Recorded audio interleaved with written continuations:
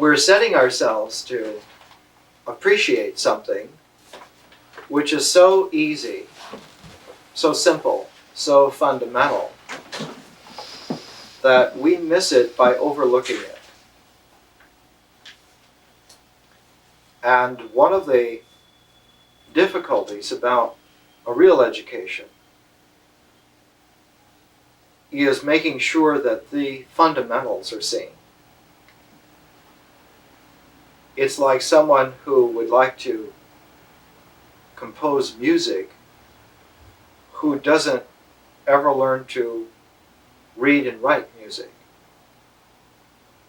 And it's like the old musical composition. The fugue used to be one of the standard things that were taught in schools of music. And very frequently, young students come in and they know the tunes that they love, and they can whistle them, they can sing them, and it seems outrageous to them that they have to learn some kind of mechanical technique of recording them, like a fugue or a canon, and it seems like an insult that one is somehow desecrating something very beautiful with this mechanical expectation. In a way, this is naive. And a little experience teaches us that even finding just a few fundamentals of composition allows us to communicate what were songs in our minds, what were whistles in our reverie, into a form where other people could whistle it and other people could hear it in their minds. And so one of the most fundamental qualities of human life was and is ritual. And ritual is this registering so that more than one person can share exactly the same rhythm, the same cadence, the same phrasing of a sequence so that they could share it. The whole purpose is to be able to dance together. Now, our education started with nature, and we realized that the only place that we can start is wherever it is that we are. And if you remember, our first project was the very simplest project, to take a walk from where we live around our neighborhood and come back, and just simply to record that. And the following week, to take the same walk, but with an image in our attention of some element, fire, water, earth, air, and to see what then we would express about a simple walk from our house around that neighborhood and coming back again. And then a third walk with a different element. And then we read those to each other, and we shared that. The walk itself for you was an experience developed out of something so fundamental that we usually don't talk about it. Or if we do, we talk about it in a designated way. What we walked around in, the actual walk itself, was something that was just completely natural. But nature, in its exquisite, mysterious exactness, does not record, because it is everything. Because it's the all, it doesn't record in partiality. It only records in its wholeness.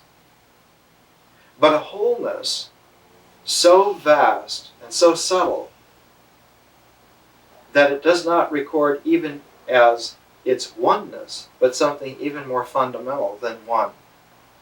It records as a value before oneness occurs and before any partiality occurs. And the only way that we found that we could talk about that was to say that nature was a mysterious zero-base openness.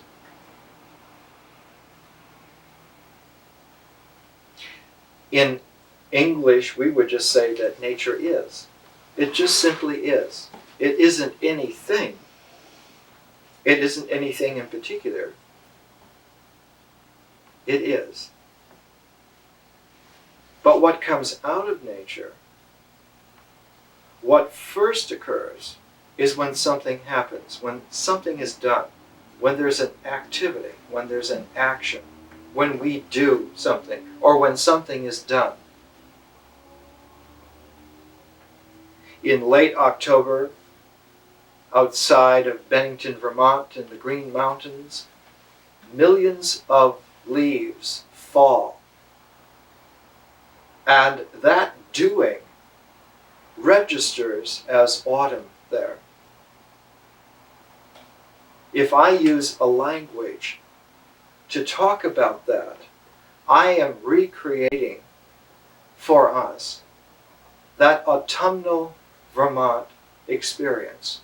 I have to use a language in order to do that. My talking about it is distinctly different from the fact of it happening.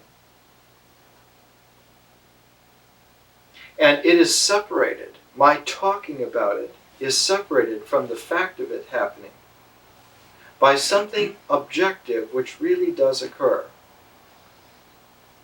And that is that someone, myself in this case, was actually once there, actually more than one time, and saw the rain of leaves in late October in Vermont, and was astounded, having never seen a fall, an autumn, where it rained leaves.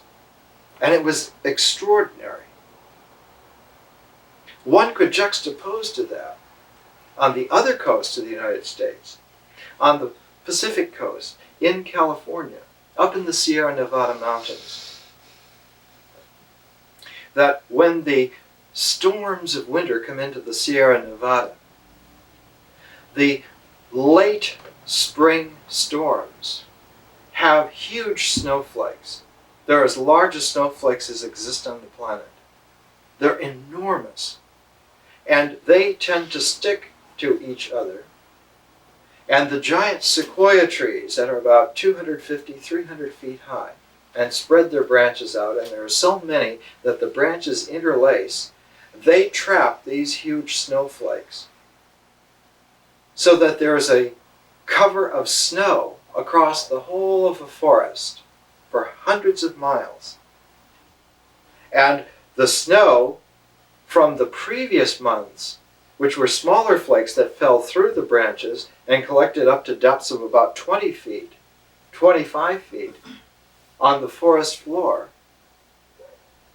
produce in very early spring the most amazing sight.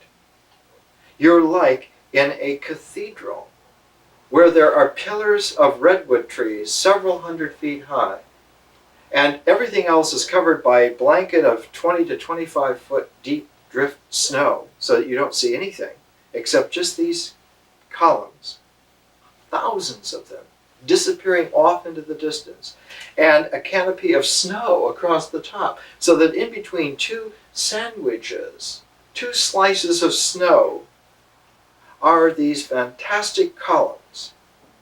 And because sound is muffled from up above and also muffled from below, there's an uncanny silence in this cathedral of redwood trees in the Sierra Nevada mountains.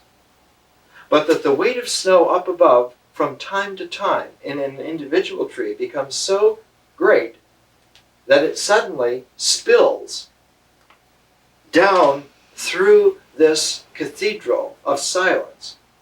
And because there is actually no sound, all you see is this sudden cascade of tons and tons of snow silently that whoosh down, and all you feel is the slight, mild concussion of the air from the movement. And there's not a single sound. So that autumn in Vermont and spring in the Sierra Nevada are juxtaposed together. There are two qualities here which are ineffable. they're ineffable in the fact that they happen in such a mysterious reality that its pristine quality can only be registered for us by selection. It is so overwhelmingly true, so overwhelmingly beautiful, that we have to select certain elements out. Those elements are called images. So that ritual moves by images. And ritual is a selection of nature, not to displace it, but to highlight it for ourselves. And a good ritual is a judicious selection that highlights in such a way that it returns us back to the primordiality of nature in its mysterious allness. So a good ritual has a very particular structure to it. An excellent ritual has a structure which is unmistakable, and it produces a satisfaction in the body. One doesn't go away from a really great ceremony thinking that we had a good time. One goes away, as someone once said, you feel in your feet like you're scuffing clouds, and you feel a kindness in your rib cage, like when you were a little child and somebody did something nice for you. But you feel that vis-a-vis the mysteriousness of nature. And the only identification that one can come up with in limited human experience is that nature is a mother. Because the only experience we ever had of complete satisfaction like that was in a mother's love. That peculiar, particular, exact impress that we were blessed by that love. So a good ritual, in order to ensure that that kindly quality actually occurs, there is an unseen composition to good ritual.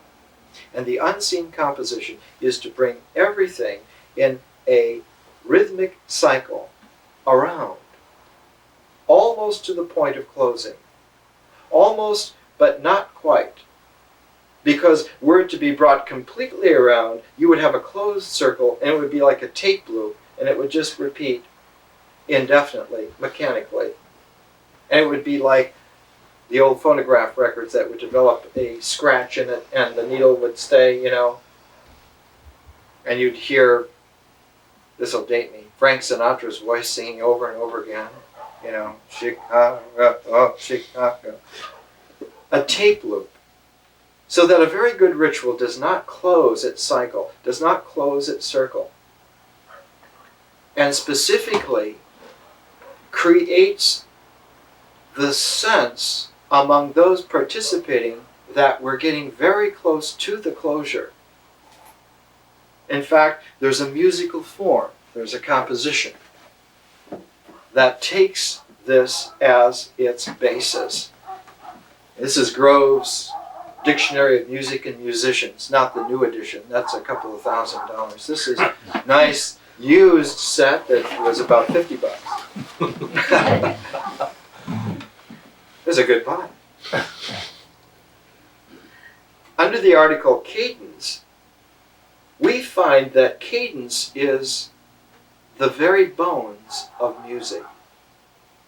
That when you're composing music, you don't hear notes first. You hear notes first when you're in nature, but when you're in the ritual of composing, you are attentive to the cadence. And that cadence moves not by bars, but by accent, by phrases.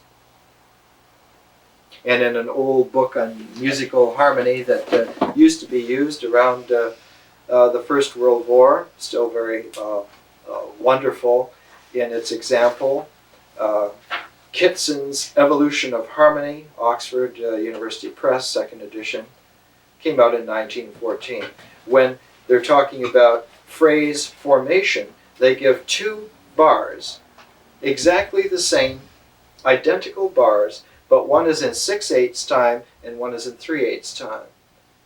And Kitson points out that these are the same, because the bar is not by the speed or tempo. And notice that cadence does not move by speed, but it moves by accent. So that the reality of musical composition is to make sure that one is articulate in the accented cadence of the composition. And this is why in usual ritual, human beings danced. Because the dance of the ritual was the way of making sure that the cadence was accented in such a way that the cycle of movement, that everyone moved together and could sense a moment which, if it happened, would be fatal. What is that moment that would be fatal? It would be fatal to the beauty of the ceremony, and that is if we closed it off. If we had all of this energy going and we closed it off, finished it, it would be like short-circuiting the energy. So that the beauty of a good ritual, of an excellent ceremony, is for everyone to approach that moment where it would definitely be finalized, and instead of finalizing it, to make what is called a peroration, a turn. A turn.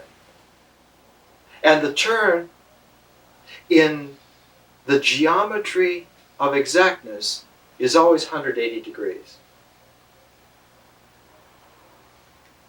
There was a great Taoist poet, philosopher, mystic named Chuang-Tzu, who lived about 2,300 years ago, and he wrote some beautiful little poetic chapters on the Tao. And he has a phrase in one of them. He says, "There's a certain bird that, having flown south so long, turned and flew north." It's like that quality that there's no reason for doing this, but the fact that we do this is larger than any reason. So that in a ceremony, when we have danced our cycle and brought all of that cycle around to the point where it would be finalized, where it would be closed, where it would be ended, we all together turn. We make a grand peroration and we go the other way. And we carry back all the way through that cycle going back the other way. The energies, the images, we keep the same cadence. We keep the same dance accent.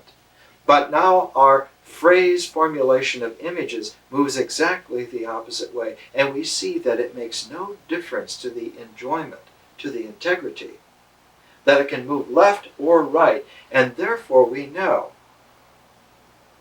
that it would be a false orientation to say that some actions must be right-handed and other actions which are left-handed are bad. Right-handed is good, left-handed is bad. Now it just takes 1 second to show how important this is. If you make man's government a matter of parties on the right or the left, you can see that that's a fictive interruption of what could be real. So good ritual helps us not to be primitive, but to lay a foundation by which we could mature. We cannot stay in ritual, but we need to know that good ritual is a fine foundation for maturity. And so it can be said of ritual that it involves existence. Nature is too mysteriously vast to be objectively categorized. And so technically nature does not exist. Nature just simply occurs. What comes into existence is the selection by our actions And that's what exists. So ritual has to do with existence. But notice here that existence is ambidextrous.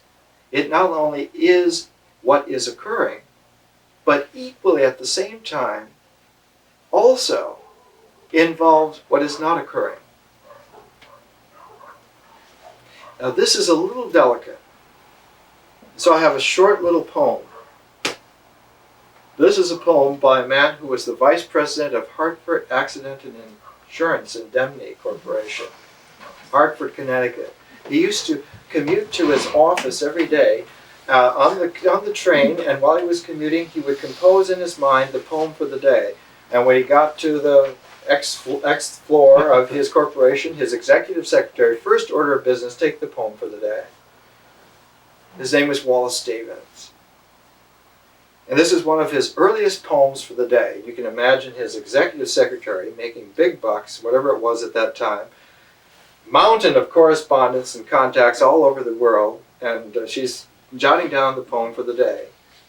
This poem is called The Snowman, and it speaks to what is real when we do existence in its bareness, when we just are nude in our attentiveness to what we're doing. It's called The Snowman, and here it is. One must have a mind of winter to regard the frost and the boughs of the pine trees crusted with snow, and to have been cold a long time,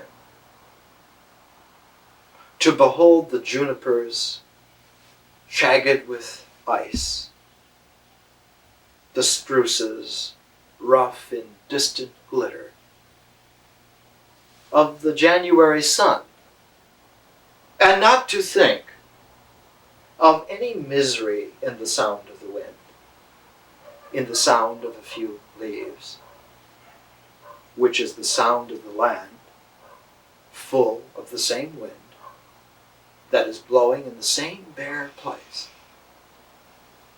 For the listener, who listens in the snow, and nothing himself beholds, nothing that is not there, and the nothing that is. So even American insurance executives can ride the bareback stallion of true insight and dictate it from memory. This quality of existence is what is so important.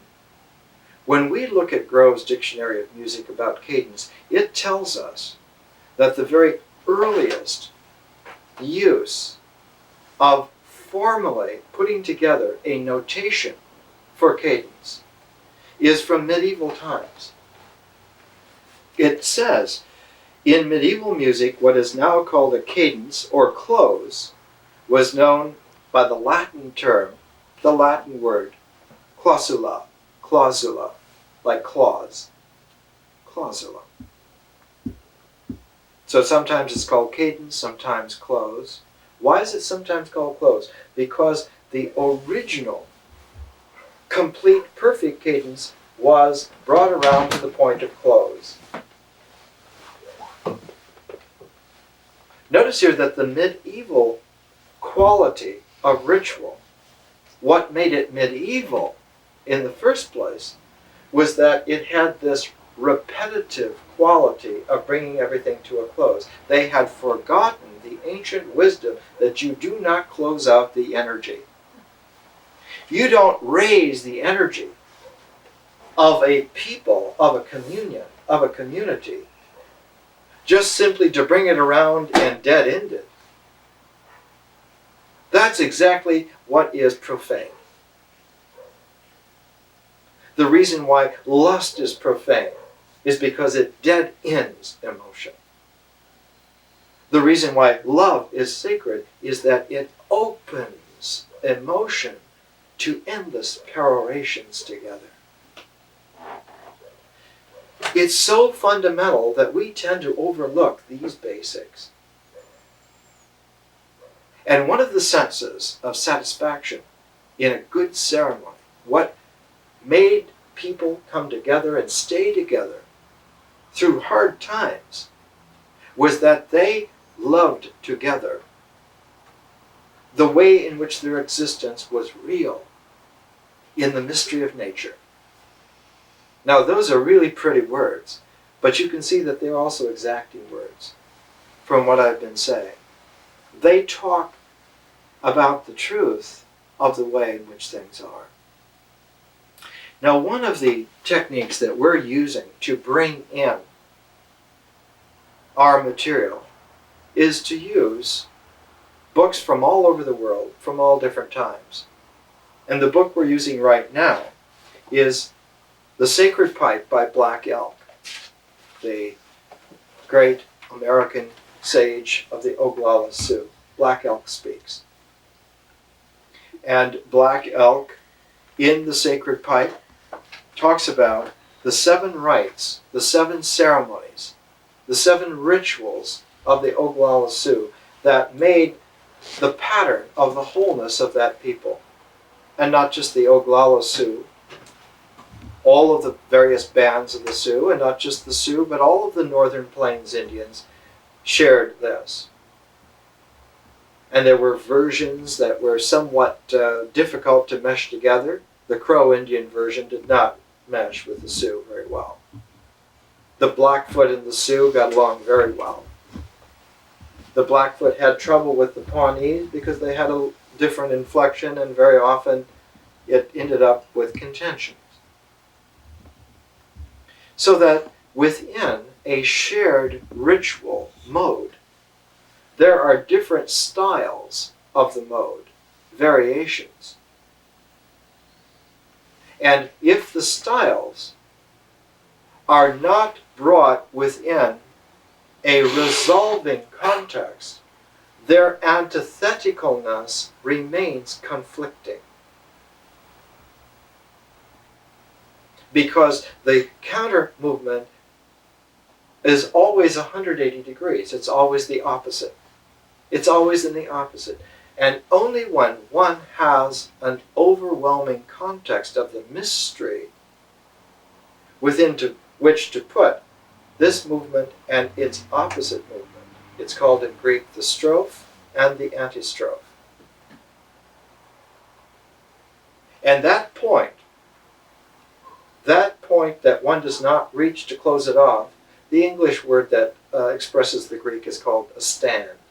A stand, literally that where one stands, where one has a presence, where one has a quality that you can realize that I'm real. This is true. I can trust this. There is a security here. That place is at the beginning of the movement. And it is the place that one does not return to, because if one returned back to that stand, back to that presence, back to that tone of certainty, that would close off the cycle. That would end it. Anything more from that point on would be superfluous. It would be phony. And so the sacred thing to do to keep the dance going is not to close it off, but to make the turn, to make the peroration, to go the other way. What happened with tribes like the Crow and tribes like the Sioux is that their turns were not in the same place in the cycle. They had different styles, and so they saw each other as profane. You guys closed off the sacred energy. You're not a part of us. We are the people. We maintain the right ceremony. And so ritual, which is the basic way of uniting people, is also the basic way of causing conflict, of disuniting groups of people from one another. There are some Christian groups who hate other Christian groups because they cross themselves with the other hand. How profane can you get? So this material is extremely delicate. It seems so simple. Why would we spend any time on it? Why would we take time out from a busy Los Angeles life where we could be doing all kinds of things, namely shopping, and show up here to listen to some guy that probably doesn't even wear the right color of clothes, talking about just doing? What's that? Well, that's called being attentive to really good things. Black Elk tells us that in the 7 rites that make the cycle for the Oglala Sioux, in those 7 rites, the first 2 rites, the first 2 rituals, go together in such a close way that we have to use a word for them. And the word is pair. The first 2 are paired. And the first 2 rituals, the first 2 rites, centered around the sacred pipe, the calumet. The first one is called keeping the soul, and the second one is called releasing the soul. Keeping moves one way, and then you turn, and the other way is releasing. It used to be symbolized, I can't tell you how long ago, several 100,000 years ago, it used to be symbolized by this, of bringing the hand together and releasing the hand back. Just that simple. Keeping and releasing. In fact, it is the movement of the hand that's the same as the lungs in breathing. Keeping, releasing. It is such a fundamental pair. And it can be symbolized by the cycle of breath, and it can be symbolized by the use of the hand. It can be put into the form of rituals. And the Oglala Sioux put it into the first 2 rituals of the sacred pipe, keeping the soul and releasing the soul. We'll get to the soul in a moment. The soul, the term that the American Plains Indians would use is wakan, wakan. Wakan. Wakan means holy, or even better, holiness. So that the soul was not a thing, but it was holiness. When you were holy, when a human being held holiness, whatever it was that they did was holy. If I'm holding holiness, my hand, whatever it does, is holy. My eyes, whatever they see, is holy. My voice, whatever it says, is holy. If I am really keeping the soul, I am establishing wakan as my basic state, the quality of my existence. And whatever I do then has the reverberation, has the vibration of that holiness, of that state. So that the first rite was always establishing that existence can be real, because the ultimate holiness is that something is actually true. What is it, the Wizard of Oz? He says, it's not only true, but it's 100% exactly, absolutely true. It's like that. It's like the nth degree, the nth power of being true. That is holiness. It has nothing to do with doctrine. It has nothing to do with a belief. It has everything to do with the fundamental existence of the real, which we can keep. And when we keep it, not only is it real, but we are real.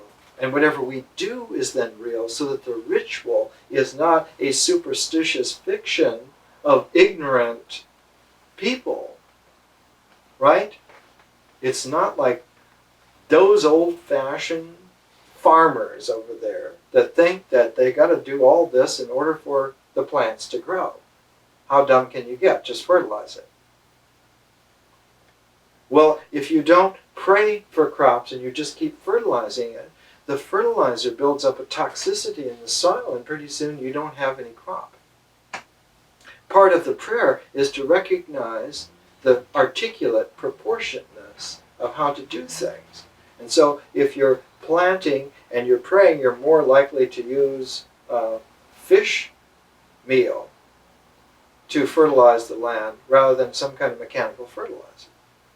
And if you do that, the nitrogen and all the other things from the fish meal will keep the crops going indefinitely. Tomatoes will taste like tomatoes instead of like pumped up grapes or something. I know it's simple, isn't it? But you know, almost everybody misses it. And out of the 5,419,000,000 people on the planet, people that are missing it are not existing, and they don't have any foundation, and nothing real happens. And that's why lives get to be real draggy. There's nothing more boring than having to go through the paces of a meaningless life. Black Elk says that keeping the soul and releasing the soul, they go together. And once they go together as a pair, once that's established, then the third ritual of purification comes in. The inipi, the purification. And we talked about how in the sweat lodge, the 100 Willow Sweat Lodge, it was traditionally a circle of men. Why a circle of men? Because men needed to know this together. A circle of men kept in 100 Willow Sweat Lodge, the center of the earth of the sweat lodge, scooped out and placed in a direct line to the east and then mounded. And on that mound, only a woman in a walk-on state could sit. She was the guarantee that what the men were experiencing was true. They could not guarantee for themselves, either individually or collectively, that it was true. Why? Because when you are in a state of opening yourself up to the mystery, there's no way that you can tell whether it's true or not. Because you're not outside of it, you're dissolved in it. And you need someone who trustworthily knows these men exactly for what they are. All the blemishes, all the truths. She is the only one who can guarantee that what happens there is true and that those men are brought together and that they form the men of the tribe. That's as real as you can get. Because if they can't be together, if they can't hunt together, if they can't farm together, if they can't live together, there isn't any tribe. There's not going to be any tribe. Because they will be filled with contention all the time, openly or secretly. And the secret jealousies destroy a community much faster than just open fighting. Men get exhausted hitting each other after several hours. Their shoulders get tired, their wrists get sore, their knuckles bleed. And eventually, even if they're all knocked out, at least they're peaceful. But jealousy has no end. It can go, it loves to just go on and on and on. So the men together in the sweat lodge, the 100 Willow Sweat Lodge, in this scooped out place, which is mounded for her to sit on, she turns 180 degrees away from the sweat lodge and she tends a sacred fire. It has 4 sticks going one way, 4 the other, weaving together, making a 4x4 platform, and then it has a miniature teepee out of poles, and the fire in that heats rocks, and she brings those rocks down that sacred path. She turns 180 degrees and brings them in and sets them in the center of the sweat lodge. The flap is closed, the only opening that there was, and the men are in total darkness, in total heat. and by sprinkling several things in their succession. Sweet grass to make an incense, spooning a little fresh water to make a steam, and then passing the sacred pipe so that the tobacco smoke comes in and out. And what happens in that darkness and that pressure after a while is that the basic carbon quality of the men, which was stodgy, which was sooty, which was dark, under the heat and the pressure, comes together and forms a diamond. And when that diamond of the Spirit is there for the men, they are trustworthy to hold love and life in honor. And that's the only way that existence really continues to happen. If she did not do this, if she would not agree, if you could not find a woman to enter a state of holiness to guarantee this, nothing would be efficacious. You could get unanimity among the men, it wouldn't matter. Black Elk talks about the purification, the third ceremony, the inipi, with this quality. And once keeping the soul and releasing the soul are there, once purification is there, once these three rites are there, it's like you've established 3 points. And once you have 3 points, you have a plane, a geometric plane, on which something real can happen. If you have 1 point, you have a presence. If you have 2 points, you can have a line, but you need 3 points to make a plane. And once the plane is there, then the 4th rite, Hanblade Shiapi, calling for a vision, crying for a vision. Actually, the word means lamenting. Secret of power for rising off the 2-dimensional plane of existence into the 3-dimensional space in which experience can happen. The power key to that is the ability to cry for a vision, to lament. It used to be real wisdom that people understood, men and women understood. The most powerful lamentation collection of language in the Western world for a long time was in fact called the Book of Lamentations. It's almost ignored, and I guess almost nobody reads it anymore. Here is volume 7a of the Anchor Bible, Lamentations. It's a book in the Bible. The author of Lamentations was Jeremiah. And Lamentations is a collection of 5 sacred poems that are a crying for a vision. And they have to do with the most primordial of all questions of existence. The question, when you are exiled from existence that could be true and real, how do you get back? And the first thing you need to do is to recognize that you are exiled, that you are not there. Because as long as you fictively still convince yourself that everything is okay, nothing can be done to help. Nothing. For the Oglala Sioux, the power priest of lamentation was Crazy Horse. And Black Elk was a cousin of Crazy Horse. And the best book ever done on Crazy Horse, done by Marie Sandoz. Here's an old edition of Crazy Horse. And Crazy Horse was the high priest of lamentation for the Oglala Sioux. The U.S. Cavalry noted him as a trouble causer. And in some reports they would say he was also a fantastic warrior, like he was never injured and he was always in the thick of every battle. How can that be? Are we such bad shots with Springfield rifles and Browning repeaters and so forth? Never hit once? Because he was a sacred man who maintained the lamentation of his people, just like Jeremiah.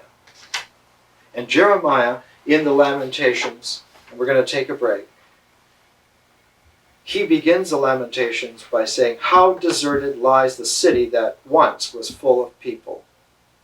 The greatest among nations, she is now like a widow." And the city he's speaking of course, is Jerusalem. And it ends with, "Remember, Yahweh, what happened to us? Remember." And so a crying for a vision is always facing the fact. And the complement to it is facing the future. I taught for 12 years with Manly Hall at the end of his life, and I was amazed one time looking through his old things with him, and I found that in the late 1930s he had a radio program in Los Angeles. And he spoke so completely bluntly in that radio show. I was amazed. I said, I called him Chief. I said, "Chief, why doesn't anybody, print these up?" And he said, "Well, I did in the Second World War." But he said, "Nobody wants to read these kinds of things now." And I said, "Well, where are these books?" And I found 2 old books printed in the Second World War. One was called Facing the Facts, and the other was called Facing the Future. Part of the quality that in recent Western civilization that was so devastating was when sacred structures were smeared by people who made of these sacred structures popular entertainment. For instance, all of the tremendous energy of the Renaissance was lost to a great extent by the smearing of court painters who were interested in powder puff entertainment. One of the painters in France was named Boucher, who painted the gods as if they were like puffy pink little chiffon popsicle. Wallace Stevens, in one of his poems, makes a reference to this quality. I'll just read a few lines from it. It's a poem called "Asides on the Oboe." The oboe is a musical instrument that has a very deep tonality, but it's able to carry a melodic line almost indefinitely. It's kind of like an evolved bagpipe in that it can carry a melodic line almost indefinitely. And the poem by Stevens runs something like this. The prologues are over. It is a question now of final belief. So say that final belief must be in a fiction. It is time to choose. That obsolete fiction of the wide river in an empty land, the gods that Boucher killed, and the metal heroes that time granulates. The philosopher's man alone still walks in dew, still by the seaside mutters milky lines concerning an immaculate imagery.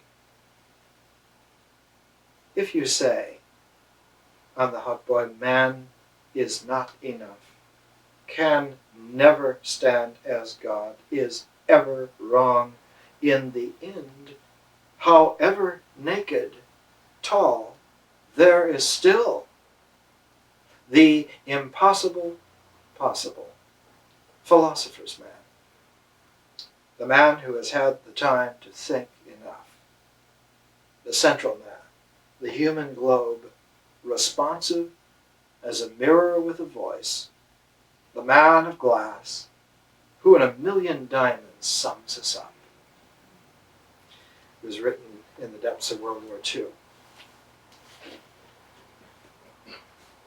This quality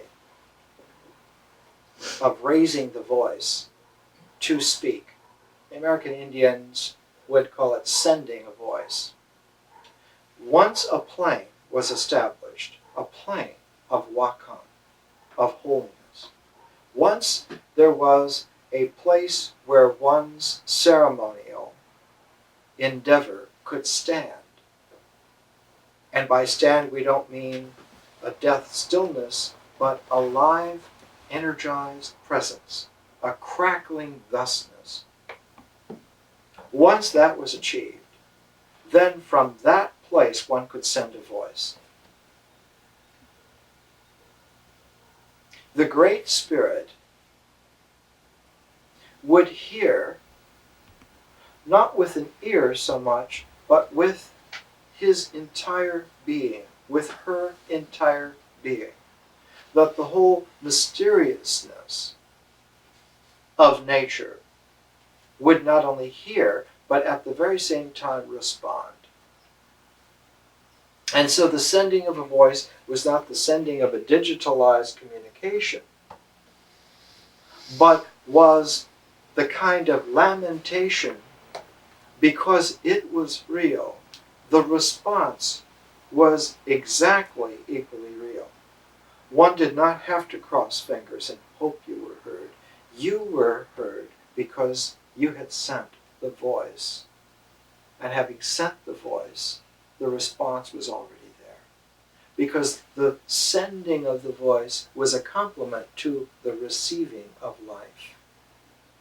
The response to sending a voice is not that something was given, but that life was ensured to be real.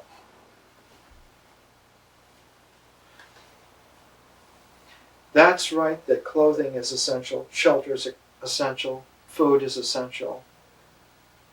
But the context in which all of those can be real is that life be real, be true. And so the basic quality of ritual was always to ensure that one honored this, that life was honored. Life was not only cared for, but honored in a regard where what we do primarily first ensures that all life is real. And knit in that as if a pattern in the weave was the guarantee that we would have our food, we would have our clothing, we would have our shelter. It cannot be forced. And one of the most difficult, bitter lessons in human life, history, is how this was forced. One of the most beautiful of all of the qualities of sending a voice was called the prayer without end. And once upon a time, it was one of the most beautiful of all the expressive modes. For instance, in Jeremiah's Lamentations, the first of the 5 Lamentations, each of 22 couplets begins with one of the letters of the Hebrew alphabet, so that one went through the entire alphabet. So one had said everything that could be said. Structurally, you had exhausted the ability of the language to speak. But in about 500 AD, there was a great mystical genius whose name we do not know. He took the name Dionysius the Areopagite. And he instituted a prayer without end, a prayer that was never ending, so that it was a sending of a voice that was contiguous throughout an entire lifetime. But after many vicissitudes, after many perilous adventures of the culture and the spirit, it came finally to be brought into a very strange kind of expression. Someone who was exceedingly fine as St. Gregory of Sinai, and this is from the Philokalia, the prayer of the heart.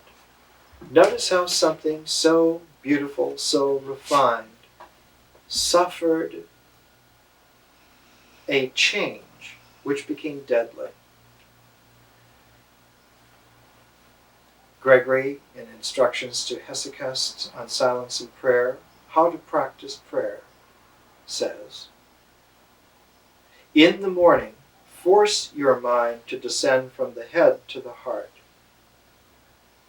Now notice that the very beginning, the very first word, the beginning of an expression, the beginning, we know from chaos theory, late 1980s, early 1990s chaos theory, that the very beginning of a process, sequence, conditions the entire process. The starting point is the place that one must be cautious of. If you've seen the film version of Dune, the narrator, Princess Erlin, says, the beginning is a time of great delicacy. And then the first word that follows that is no.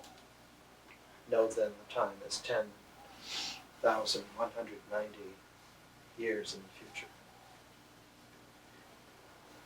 The first word here, in On Silence and Prayer, St. Gregory of Sinai, because St. Gregory did not go to Sinai for real, but went with the idea of being a pilgrim. And so he went with an idea rather than the reality. Instead of crying for a vision for real, he carried the idea of crying for a vision as an ideologue position. And so the finest things in the universe suddenly become deadly. Notice how it reads. I am not making it up. It is recorded here. It's been in the Philokalia for several hundred years and been written for over 1,000 years. In the morning, force your mind to descend from the head to the heart and hold it there, calling ceaselessly in mind and soul, Lord Jesus Christ, have mercy upon me, until you are tired. When you are tired, transfer your mind to the second half and say, Jesus, Son of God, have mercy upon me. Having many times repeated this appeal, pass once more to the first half. But you should not alternate these appeals too often through laziness, for just as plants do not take root if transplanted too frequently, neither do the movements of prayer in the heart if the words are changed frequently.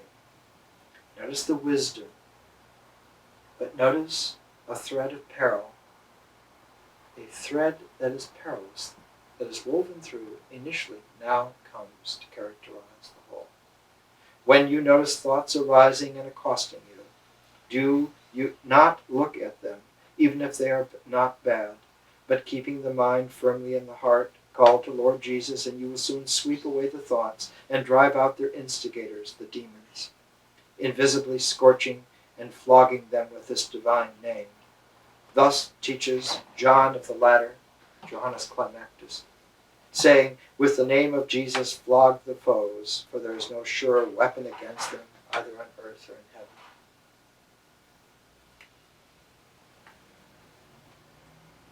And it's only a slight shunt for the psyche to consider people who are not in the prayer mode, in that style, to be the demons, to be the foes. So delicate is this problem that in our time, when all the civilizations, all the traditions of the world have risen up and come to the surface again and are in their bare, nude energy, no longer put into the nice categorical pigeonholes which tradition and culture had kept them, all of the energies on the planet, all of the secret sacrednesses and all of the secret nightmares are on the surface at the same time. It will make the Holocaust seem small indeed, unless wisdom is brought not to knit together disparateness, but to context actuality. For they all share the same foundation, existence. For without existence, being made sacred regardless of whatever style or cultural expression there is, whatever influx of religious tradition there is. If existence is not in an actual world made sacred, that world will have no objective foundation. And instead of having then a form of composition that can go on, indeed go on to produce whatever variations of life need be, one has a dead end. One has a closure without realizing that one has cut off the very source of existence, the very source, the very foundation. Because all of the justifications lead to closure. As long as one acts on justification, no matter what it is, it leads to closure. Because the logic of justification leads to closure. And the final example of the powerlessness of a logical structure in its fictive mode is that it insists that things are either true or false, yes or no. When the deeper rationality understands that there is always a three-value logic. There's yes, there's no, and there's possibility. Which is a deeper way of saying maybe.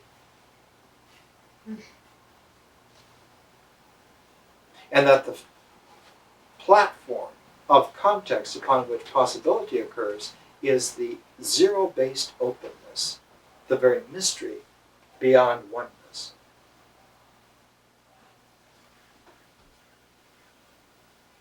And once one assigns the zero base to that openness, once zero is seen as openness, the one comprehends the true and the false together as a pair. Then you have a logic that works. Then you have a structure that can express whatever you need. Then you can have images. You can even digitalize the images indefinitely. And there will be no death in them, no peril in them. It'll be a living bow. Where's a dead bow? One of the secrets of the book that we use along with the Sacred Pipe, The Golden Bough by Sir James George Frazer, because we always use books in pairs. If we use one book, it becomes a text. If we use two books together, always by pairing them, we have an ambidextrousness that frees us from the hypnotic quality of the text. The golden bough is not a living branch. The golden bough is an image of life made in gold. It's like the golden calf. It's a dead sacrifice. It has nothing to do. We can gild this dead bough in gold. Let's gild it in gold. Which would you rather have? The living bough or the expensive dead bough? This is a bad choice. For how long will you live? Another 50 years? 100 years? 2 years? As long as life is secured in its mystery, there is only dormancy but not death. There's always a peroration where one returns and comes back to life again. This death is a dead end. There is no return from that. So that the quality of truthfulness is very profound, and yet simple, and yet subtle. Ritual is important because it establishes existential actuality as the basis for what is real. It's so difficult for us because we have sophisticated experience. We have very powerful ideas. We have agendas and purposes. We have qualities of meaning. We have needs and desires. We have certainties that we must ensure and protect. We have this whole entourage. It's an entourage that was symbolized in ancient Athens by the cloak that Athena wore, called the peplos. The peplos was her coat. The statue by Phaedides was about 40 feet high, out of wood and ivory. And each year, that peplos, that cloak, which was embroidered by all the mythical images of the Olympic pantheon, was carried down to Piraeus by the women of Athens and washed and brought back in ritual possession, back to a cleaned temple. The men ensured that the temple was cleaned. And on the other side, where Athena stood, was the treasury, the place where the money was kept. Because the medium of exchange, the value, the reciprocity valuation of money, was the most precarious of all values to keep sacred and keep holy. And so it was placed in the Parthenon. The Parthenon, Parthenos, virgin. Not that she was a virgin woman. A virgin woman cannot give birth, has not given birth.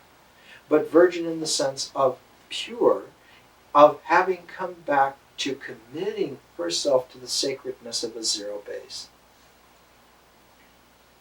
Whenever Homer characterizes Athena, she is characterized by the evenness of her gaze.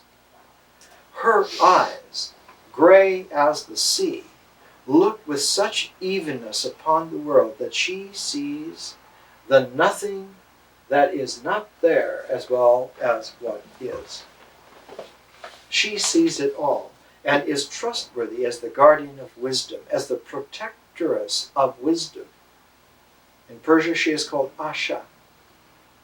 She protects wisdom. She is called Sophia. She is called Kuan Yin. She protects wisdom because in her evenness, in her exactness, she sees the plane of existence as it actually is, from which alone a voice can be sent that engenders, as language will engender, experience. The only way in which the clouds of experience can become real is that they are sent up from the plane that is guaranteed by her protection.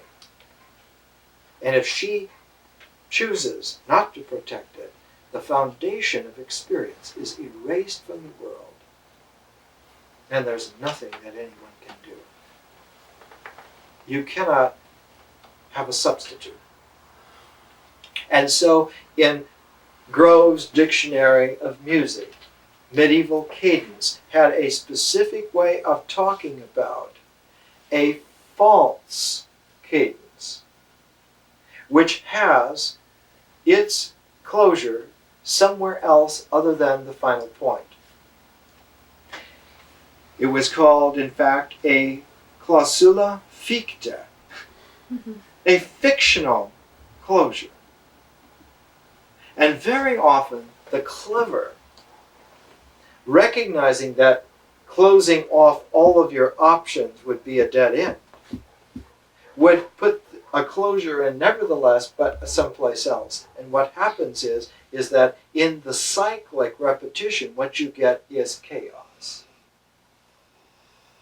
It's like some group of people singing, row, row, row your boat, and people start without the whole phrase, and somebody starts with row, row, row your boat, and somebody just starts with boat. The overlay is in such a way that there is, instead of a polyphonic development like Gregorian chant, you get this kind of a buzz of voices.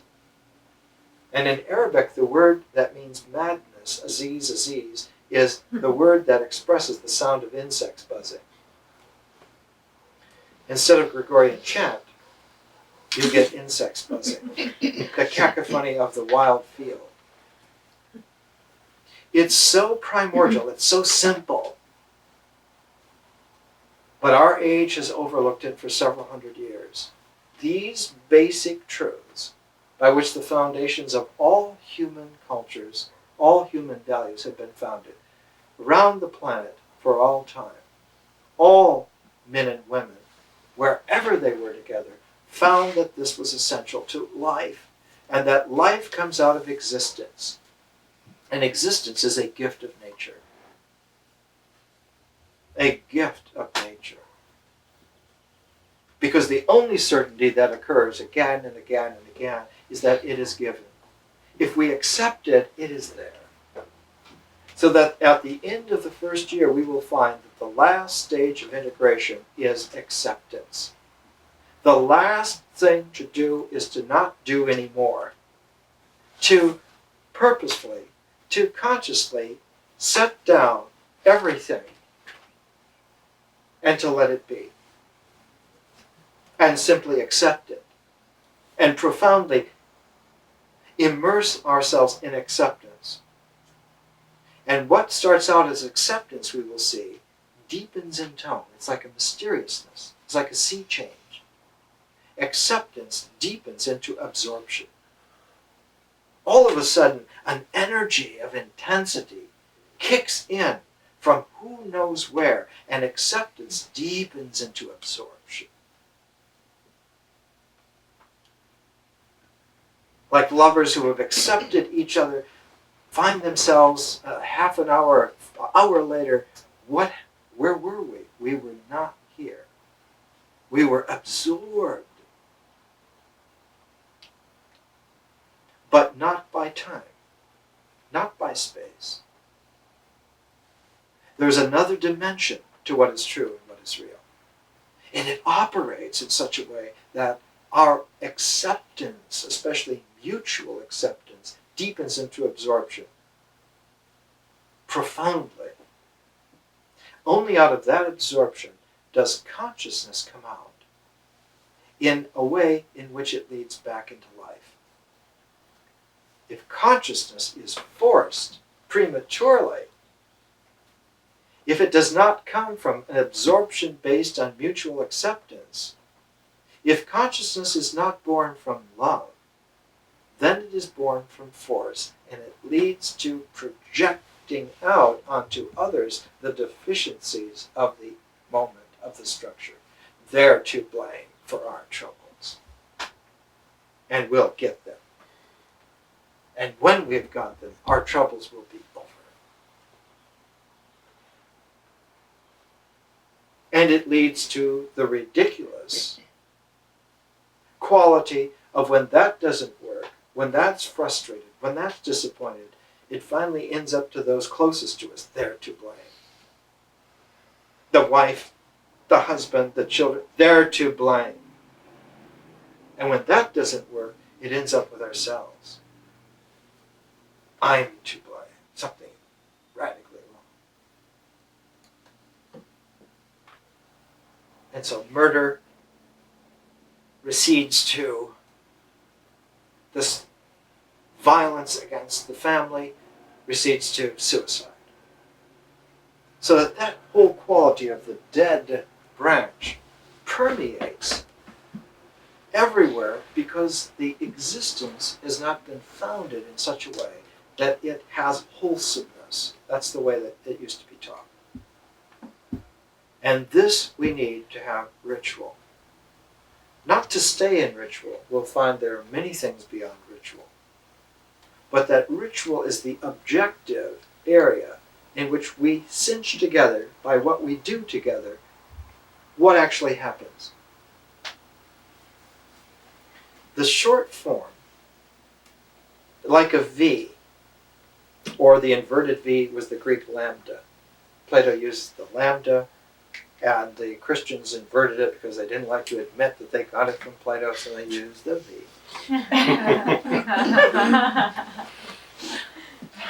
The lambda appears in the Timaeus. And the lambda is a series of progressions that are universally true. one occupies the apex, oneness. And if you go down one vector, it doubles, and if you go down the other vector, it triples. 1, 2, 4, 8. 1, 3, 9, 27. They both share the one. The one doubles, its pair triples. So that powers of doubling, which make squares, and powers of tripling, which make spheres, go together. I should say squares and circles, cubes and spheres. So that the Pythagorean solution to the problem of whole context, wholesome context, was always, as they say, bound up in the architectural saying, squaring the circle. If you can bring the square and the circle together, the cube and the sphere together. And so many people in the so-called medieval period lost track of this. They didn't know how to do this. It sounded like a superstition. So in Giotto and Florence, the beginnings of a new age of wisdom, decided to build a place of presence for God in Florence. He built such an enormous, complex square form for the base of the cathedral that no one could figure out how to put a circular domed cupola on it. It took a couple hundred years for a young architect named Brunelleschi to come along and relentlessly, with his pals like Masaccio and Donatello, look again and again and again at what happens when you build. What happens when you deal with form? What happens? What is architecture in its exact, nude, pristine thusness? You're dealing with geometry in such a way that form emerges in a mysterious way, out of the mysteriousness, in a succession, in a practical flowering, so that the square and the circle exist together in a larger reality. And when he saw that, he and Masaccio, they used to call Masaccio Big Tom. He's a big, huge, Etruscan-like character. And when they were in Rome as young students, they measured everything. They went around, they were measuring everything, keeping notes. And Brunelleschi, one day, they were measuring the Pantheon, which is one of the last buildings left from antiquity. The Pantheon was built by Agrippa, who was Augustus Caesar's right-hand man, a major person. And he realized that the Pantheon dome was based upon not the perfect circle, but slightly elliptical, so that it was open to a progression that could be factored into a square. And I don't know, I wasn't there, but I think he grabbed Big Tom and said, it's the Italian equivalent of son of a bitch. And they went back to Florence and they made a contract with the fathers, the city fathers, the bankers, right, of Florence, the Medicis and all these other families. They made a contract. If we don't do it, we forfeit everything, which meant everything in those days, your life.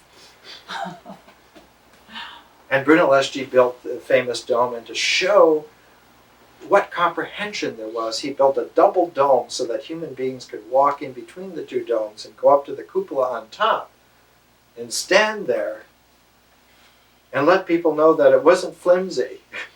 This is not a hopeful cross your fingers thing. This is made with certainty because someone has understood the geometry of the interpenetration of square and circle, that the two meet in a common unity, a common oneness, and that the truth of that you can trust forever. And the truth of that is a gift from nature. Nature gives us that. And that's why in the final integration, we can set everything down and trust to acceptance. We can give ourselves, surrender ourselves in trust. And that's why the absorption is so complete. And that's why integration is not a closure, but integration is a peroration. It ends in a turning. The Greek word for that turning in the mind is called a metanoia. Metanoia. It's literally a turning around in the mind. Plato, in the Republic, in Book 10, talks about the myth of the cave. He says, in order to tell you the truth of this, I have to tell another myth, a mythos, not a fiction, but a mythos. I have to put this into an experiential cycle of language. And that we are living in such a way that we are underground in a cave. We are not in the real world, but we are inside some kind of construct made by others.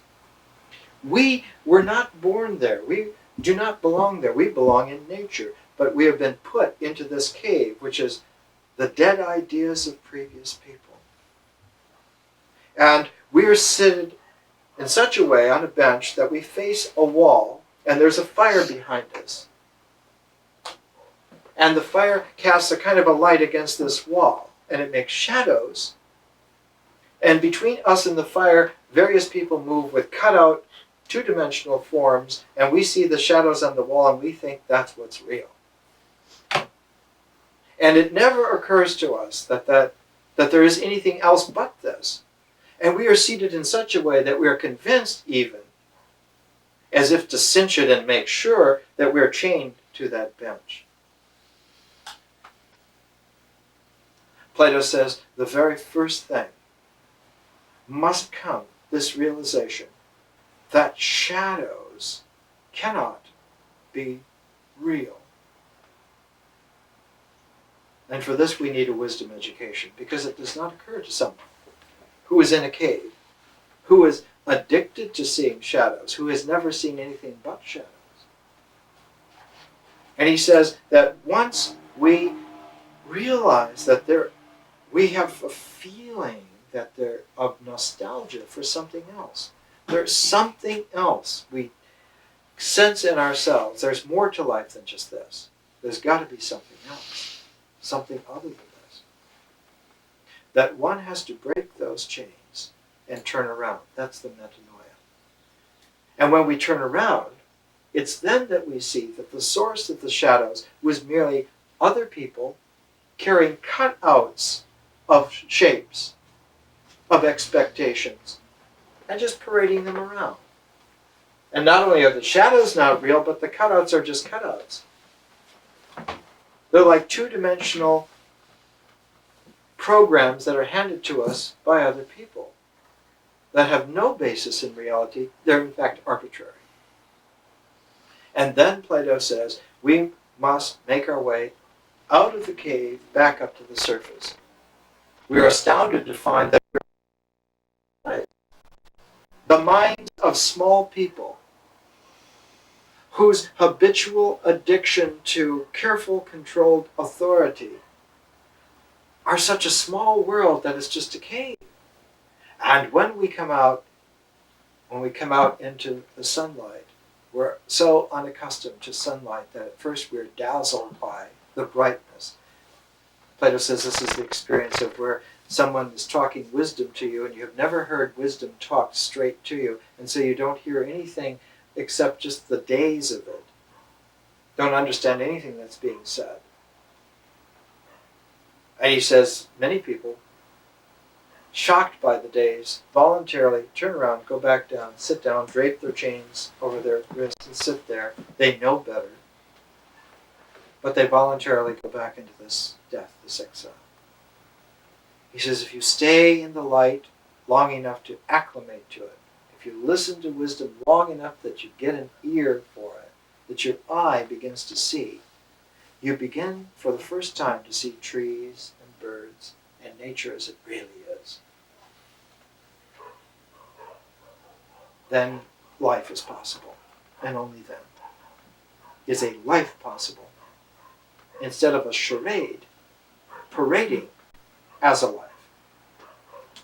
And once someone has got the realization that they are not going to lead charade, fictive episodes in place of their own lives, that they have a right to their life.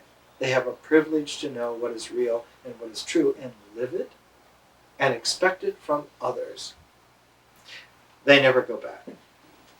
They never go back. The only exception to that is occasionally when no one comes out of the cave for a long time, somebody has to, from the surface, go back down there and show somebody, hey, look at these chains. They're made out of paper. You can tear them. And after they get over their little profane languages, you know the phrases, oh, shit, I'm not chained here at all. No, and those are shadows. And what's more, look over here. These are just cardboard cutouts. Somebody starts the condition, and then people come out of the cave again. Black elk in the sacred pipe shows us in keeping the soul and releasing the soul, those two rituals engender another pair of rituals, one of which is action and the other is crying for a vision. Just as keeping the soul and releasing the soul go together, just like breath, purification and crying for a vision go together. Because as soon as you're able to purify yourself, the voice comes out of that purity. The crying for a vision, the lamentation comes out all by itself. There is a myth in India of the origin of sacred language. And I'll give it to you, and then we'll end for today, and we'll come back next week, exactly to where we are and continue. In India, the first sage to discover the sacred structure of language was named Valmiki. And he wrote the great Ramayana. The first Ramayana was written by Valmiki. Valmiki means white ant hill.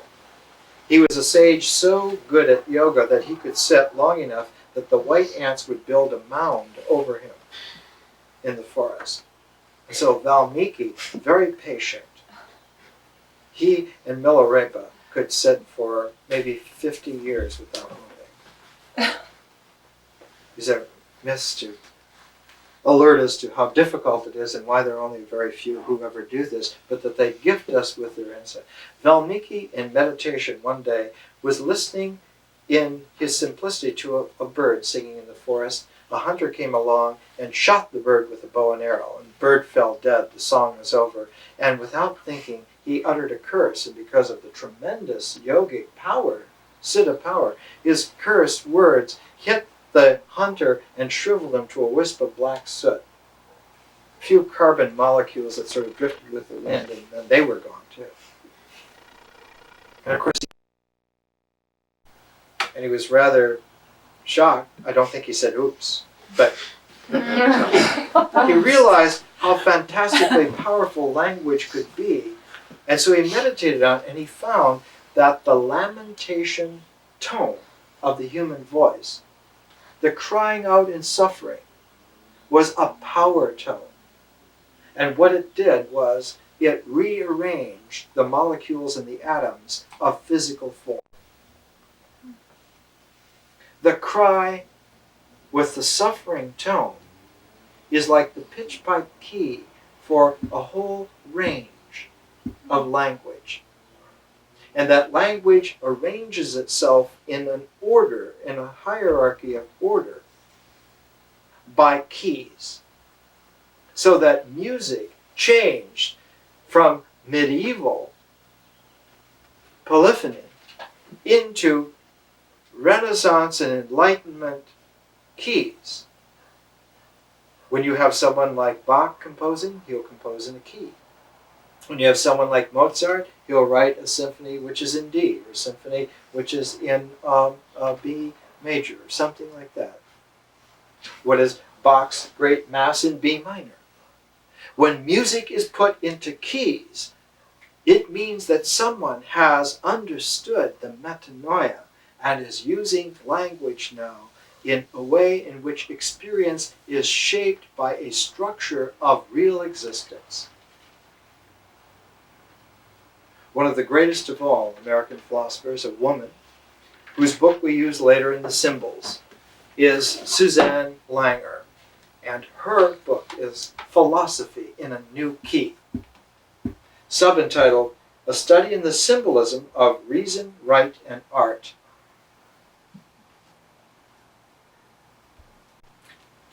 If you permit me, sometimes it takes a woman to think something through with the heart deep enough so that the mind is very clear. She wrote once in a book on the philosophy of art, she said, I'm scouting the possibility that thinking is an elaboration of feeling. Until we learn to feel truthfully, we can't think about anything accurately. More next week.